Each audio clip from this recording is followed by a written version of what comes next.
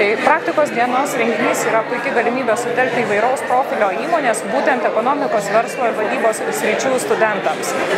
Renginys tapęs jau yra tradicija, mes siekiam juo palengvinti paieškos tam tikrą kelią tiek studentai ieškančiam praktikos vietą, tiek įmonės, kurios gali pasiūlyti tam tikras galimybės studentams, įrodyti savo vertę, pasiūlyti savo sprendimus ir tokiu būdu pagilinti praktinius įgūdžius.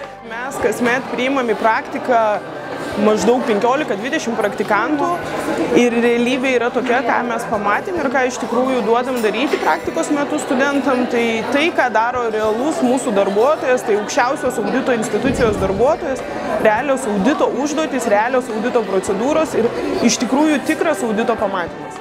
Kaip PMG Baltics mes jau kuris laikas priemam praktikantus ir kiekvienais metais jų daugėja, nes mes kaip įmonė matom labai didelę naudą praktikoje. Nes tai yra tas momentas, kai žmogus gali pasibandyti, ar jam tinka tiek pati kompanija, jos kultūra, tiek veikla, kuria užsiema kompanija, nes dažnas studentas, ypač dar būdamas studijų metuose, ar ne, tai jis pabandęs iš tikro pamato, kaip tas verslas funkcionuoja, o mums labai irgi gera proga jį pasitikrinti. Sakyčiau, praktiką verta atlikti ir ją verta atlikti kuo anksčiau.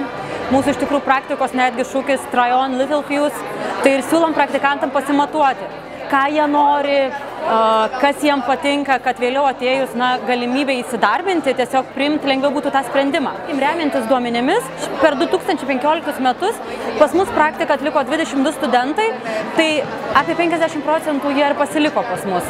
Tai jeigu tu planuoji savo karjerą ir toliau galvoji, ką norėsi veikti po studijų, tai tikrai puikiai galimybė prisijungti prie įmonių.